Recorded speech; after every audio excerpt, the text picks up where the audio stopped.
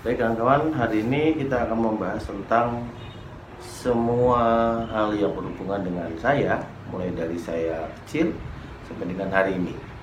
Ingat, tetap subscribe, like, comment, and share karena semuanya gratis.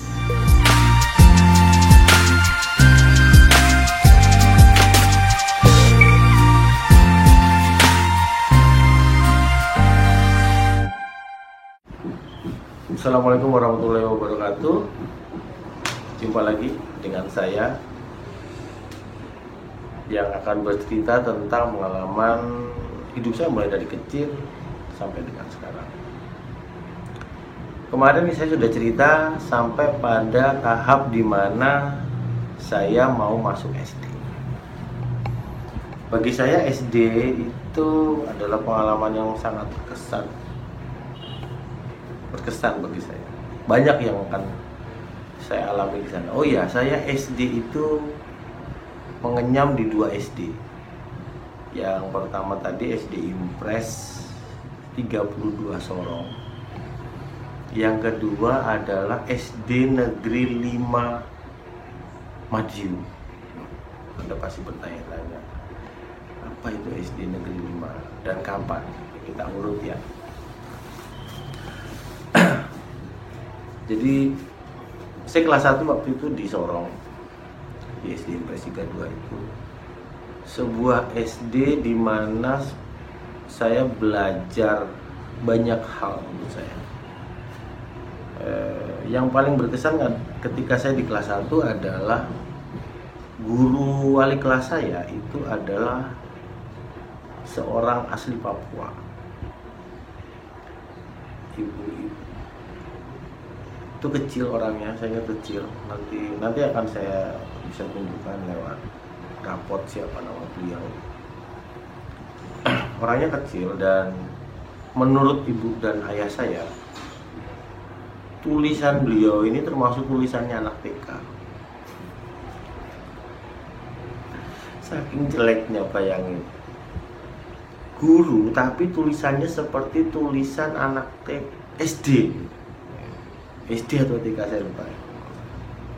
Coba perbandingannya, bagaimana orang tua saya memperbandingkan. Dan setelah saya dewasa, saya bertanya kenapa kok dibilang jelek gitu. Kemudian kamu lihat sendiri lah dia, katanya. Saya coba.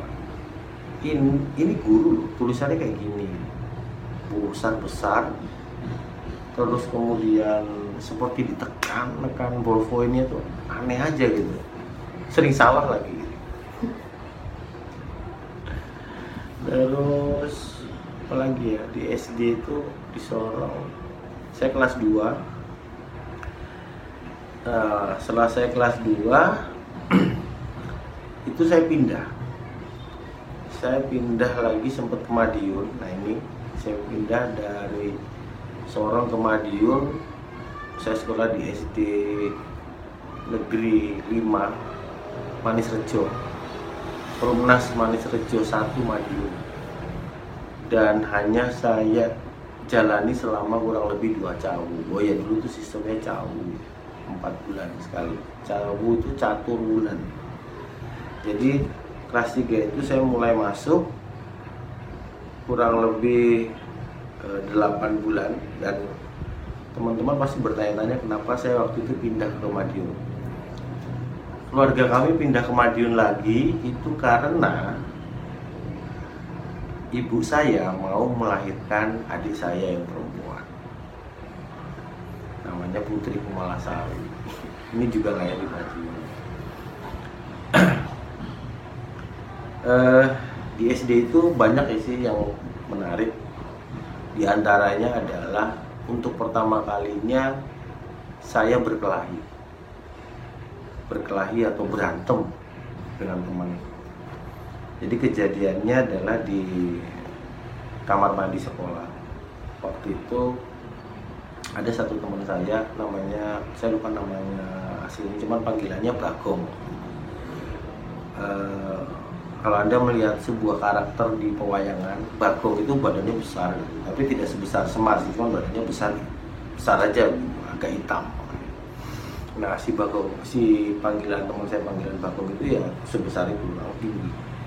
Jadi kalau bisa diperbandingkan, kalau misalnya tinggi teman saya itu adalah setinggi saya, maka saya cuma selengannya aja, karena masih kecil, pendek gitu.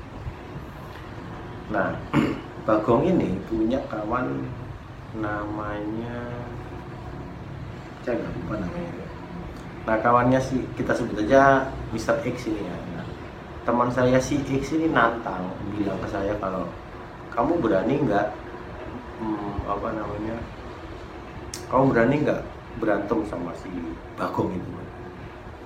Nah, saya waktu itu percaya diri aja, bilang, kenapa enggak gitu. Ya, dan si Bagong itu ketika disampaikan tentang keberanian saya ke dia juga seperti, kayaknya orang nggak punya otak kayak si Bagong ini. Besar tak tapi nggak punya otak. Dia menerima ada tantangan. Ya jelas lah, saya kecil dia besar, dia pasti berani. Ya masalahnya kalau saya kecil dia besar, saya berani apa enggak itu ternyata jauh lebih penting gitu. Nah, waktu itu saya jawabnya berani aja. Nah, itu pagi. Nah, janjiannya adalah waktu nanti waktu istirahat sekolah. Waktu istirahat sekolah itu saya langsung pergi ke belakang, ke kamar mandi di belakang, dekat di depannya, di belakang sekolah. Di sana sudah ada Bagong dan beberapa teman saya yang lain. Mereka kayaknya nunggu sih, kayak mau lihat partai tinju apa gitu di belakang. Gendut. Lalu baru saja saya sampai, ya namanya orang kayak berantem itu kan harus pasang tampang keren, tampang menakutkan gitu. Saya kencengin muka saya lihat matanya sambil agak mendangai karena saya agak pendek ya. Saya dagang si Bagong itu saya seperti itu. Lalu tiba-tiba baju saya ditarik, kemudian dia melayangkan pukulan sekali, lalu saya tangkis, itu saya pukul. Nah, karena saya kecil, masalahnya muncul gitu. Ketika saya tangkis, terus saya pukul sekali, saya pikir saya bisa lari, ternyata enggak. Baju saya dipindah pencet, akhirnya saya dipukul sampai jatuh, tapi nggak nangis waktu itu. Waktu itu nggak nangis. Ada guru datang, lalu kami dilerai, teman-teman pada lari, semburat semua, kabur semua gitu. Aku dibawa ke kantor guru. Waktu itu memang masuk kantor guru, apalagi kepala sekolah, adalah hal yang menakutkan buat kami. Pasti ke SD bayangin. Dibawa ke kantor dan keanehan terjadi, kawan. Entah kenapa saya tidak dimarahi.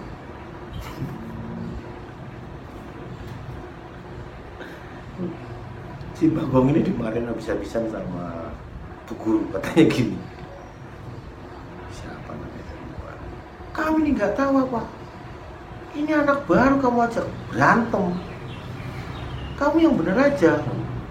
Ya bu, mohon maaf bu, kamu nakal sekali. Terus waktu ngomong ke saya beritain bu guru, masa dia nggak apa-apa. Jadi saya bilang aja nggak apa-apa gitu. Emang kenapa bu? Ya enggak, tadi waktu berantem ya, kamu nggak apa-apa kan? Nggak apa-apa. Ya memang merah-merah sih, karena teman-teman saya dan saya waktu kecil itu termasuk putih gitu. Saya kayak gosong, sekarang aja udah tua gosong. Dulu kecil tuh putih sekali katanya, putih sekali. Jadi saking putihnya, kalau kena panas tuh pipi saya merah. Ya karakter, mungkin karena darah ibu saya orang Manado ya, jadi rata-rata orang Manado kan putih-putih. Kulit mereka tuh bukan putih kuning seperti di Jawa yang kalau kuning itu kena panas langsung coklat. Nah, kalau orang Manado itu putih, kalau kena panas pipinya merah gitu. Pipi merah, hidung merah gitu. Nah, saya ditanya seperti itu karena dilihat muka saya merah. Namanya orang berantem kan. Saya bilang enggak apa-apa. Nah, singkat cerita, hari itu kami dilepaskan, saya dilepas sih, saya yang dilepas, dan si Bagong masih di situ. Saya nggak ingat waktu itu dia dihukum apa oleh guru. Yang yang saya tahu adalah saya bisa lolos hari itu dan dipersilakan keluar tanpa harus membersihkan WC kayak, atau harus mengerjakan tugas kayak, atau dihukum lari-lari lapangan kayak, atau apa, enggak, sama sekali tidak dihukum. Luar biasa. Terus saya kembali, dan karena kejadian itulah saya mendapat respect dari teman-teman saya. Ya ini nggak pantas untuk ditiru ya buat adik-adik, buat anak-anakku, bukan berarti kalian untuk mendapatkan perhatian atau respect atau penghargaan dari teman-teman sekelas itu kamu harus jadi jawara, bukan. Dan waktu itu saya tidak berusaha untuk mencari gara-gara kan, tapi saya ditantang. Nah, kalau kita ditantang kemudian kita mundur, itu berarti kita pengecut, iya kan? Nah, karena saya ditantang, ya ibarat orang Jawa bilang, sok ngedol tak tuku kan. Kamu jual saya beli, gitu. Dijual gue beli kan. Bahasanya gitu sih. Dan saya juga tidak memulai untuk menyerang kan. Saya diserang kan, pukul baru saya balas. Walaupun agak itu kena bogem bertubi-tubi dari si Bakong. Nah, ketika saya dianggap waktu itu tidak kalah tidak menang sih. Memang kejadiannya tidak ada yang kalah tidak ada yang menang, karena dulu sempat salah satu pingsan itu sudah dilerai oleh guru, dan saya mendapat respect dari semua teman-teman seangkatan saya kelas 3 dan beberapa kelas lain, kelas atas, kelas 5, dan kelas 6. Itu sih bisa, waduh, itu malam pertama saya berantem. Dan yang menarik lagi, selama 8 bulan saya di sana adalah saya adalah seorang anak SD kelas 3 yang playboy. Coba, kasusnya gimana? Ada satu kebiasaan yang sering saya lakukan ketika saya di sekolah itu adalah, saya ingat sekali bahwa teman saya di dalam kelas itu yang perempuan terutama, yang cantik itu ada 8 orang. Sampai awal. Saya suka sekali goda mereka, dan apa yang saya lakukan? Saya senang sekali megang pipinya. Dan itu juga bukan karena saya pervert, bukan karena saya nafsu, tapi saya karena disungguh. Kalau orang Jawa bilang itu diogrong, diojo-ojo, iya Pak ya, Jadi teman saya tadi, di Mr. In tadi itu sama lagi si oknumnya ini.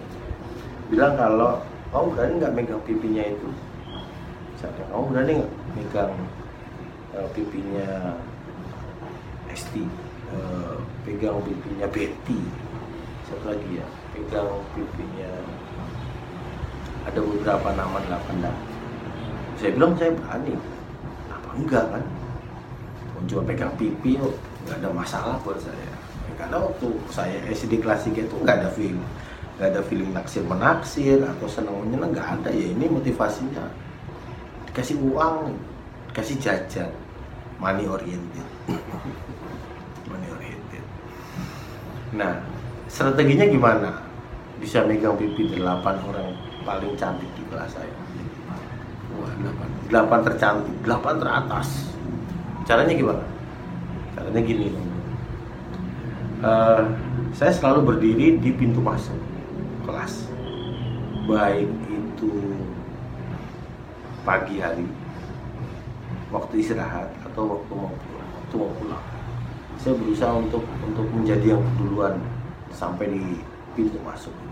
Maksudnya pintu masuk itu pintu dibuka di bawah pintu itu aja gitu. Ketika ada assignment, ada tugas dari teman saya nunggu sampai targetnya lewat, terus tiba-tiba tangan saya orang Jawa bilang jauhin, pegang pipinya gitu. Otomatis saya kan pasti malu lari ngejar saya. Bisa lari aja, kita ambil ketawa-ketawa, teman saya pada ketawa-ketawa. Pacaran, saya bilang pacaran opo, saya gitu. Pacaran apa? Ala lo kan. Enggak sampai segitu. Tapi saya cuma ketawa-ketawa aja, dan itu menimbulkan canda di antara kami. Coba 8 kan, 8. Dan di antara ke-8 orang perempuan atau wanita teman saya SD kelas 3 di Madiun itu, yang sering saya pegang pipinya adalah 1 orang. Nggak tahu kenapa, menurut saya ini anak aneh aja gitu. Kenapa? Pipinya cabi, lucu juga gitu. Sampai pernah tuh saya kejar dia, saya diminta untuk pegang pipinya lagi oleh si Mr. X. Waktu mau istirahat, itu saya kejar dia dari ruangan saya sampai ke kamar mandi tempat saya berantem.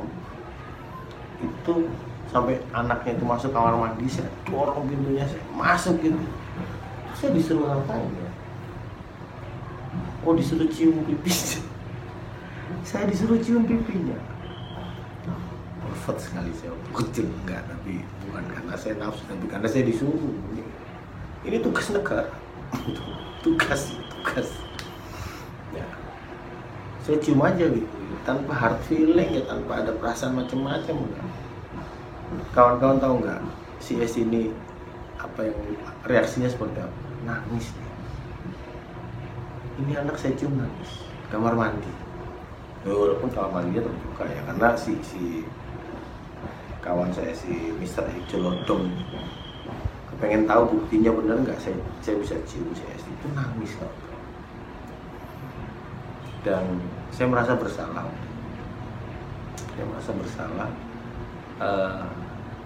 Karena apa yang saya lakukan itu ternyata berdampak jelek ke teman saya. Saya menyesal. Mungkin lewat video ini juga ingin saya sampaikan kalau saya menyesal, Esti, sangat menyesal melakukan itu ke kamu waktu saya kelas 3 SD. Dan menangisnya Esti itulah yang memicu saya untuk akhirnya saya tidak mau lagi disuruh untuk berbuat yang tidak pantas seperti itu lagi ke teman-teman saya.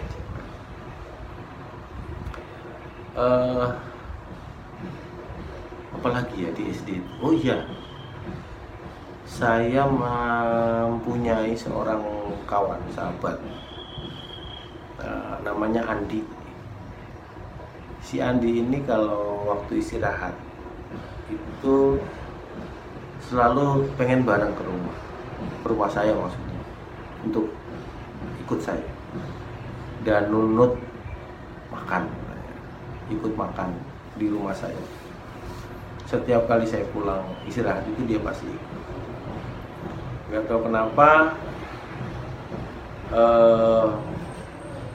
saya merasa itu adalah momentum yang paling saya ingat ya dari Andi, bahwa dia ternyata sering ikut saya pulang ke rumah saya untuk ikut makan pada saat saya istirahat.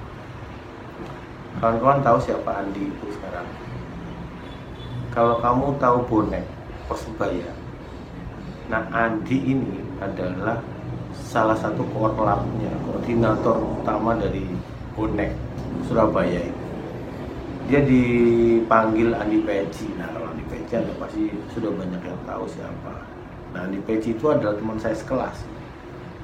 Bangga juga punya teman seorang artis ya, walaupun levelnya di persepak bolaan, tapi menurut saya itu amazing aja, hebat, salut buat kamu.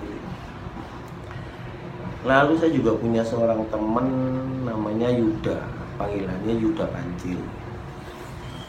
Itu orang kalau saya main ke rumahnya itu pasti selalu main catur, selalu main catur sama dia, main catur sama kakaknya, main catur sama adiknya, main catur sama ayahnya, siapapun lah. Kayaknya itu keluarga catur kayak gitu.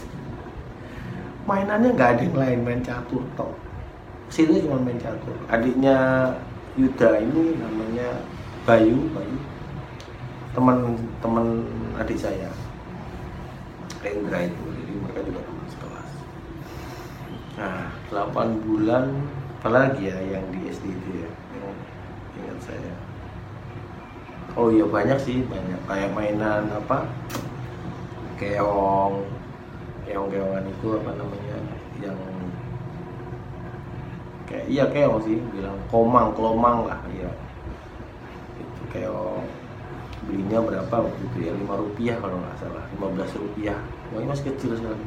Itu kita dapat 3 ampas, nanti kita adu gitu, adu cepet-cepetan. Caranya itu keong, misalnya kita dengan keong musuh kita pegang, kita taruh di pasir, kita tutup pasirnya, terus kita buat lingkaran. Nah, keong yang menang adalah keong yang berhasil keluar dari pasir lalu menuju garis yang kita buat tadi. Jadi kalau mau nyari keong yang baik adalah keong yang bisa cepat, gesit. Yang kedua, dia tidak gampang takut. Jadi cara ngetesnya itu tangan kita itu kita dekatkan ke cangkangnya, ke mulutnya, mulut tempat keluarnya si keong tadi. Kalau dia tidak ada reaksi untuk menutup diri, ya berarti ini termasuk bagus. Nah, gimana caranya supaya dia itu mau keluar? Misalnya dia menutup diri. Nah, yang lucu adalah kita selalu meniup-niup. Saya nggak tahu sampai hari ini apa yang membuat keong itu akhirnya gampang keluar. Maksudnya mengeluarkan dirinya sambil untuk jalan. Apakah karena panasnya atau karena bau mulut kami yang nggak sedap? Saya nggak ngerti. Cuman itulah yang terjadi setiap kita ingin menghidupkan keong itu supaya mau jalan. Ketika dia berhenti karena takut, kita cukup dengan meniupnya seperti ini. Dan dia akan keluar. Luar biasa. Baik, nanti akan saya sambung lagi cerita saya tentang kehidupan saya ketika SD di Madiun. Terima kasih. Assalamualaikum warahmatullahi wabarakatuh.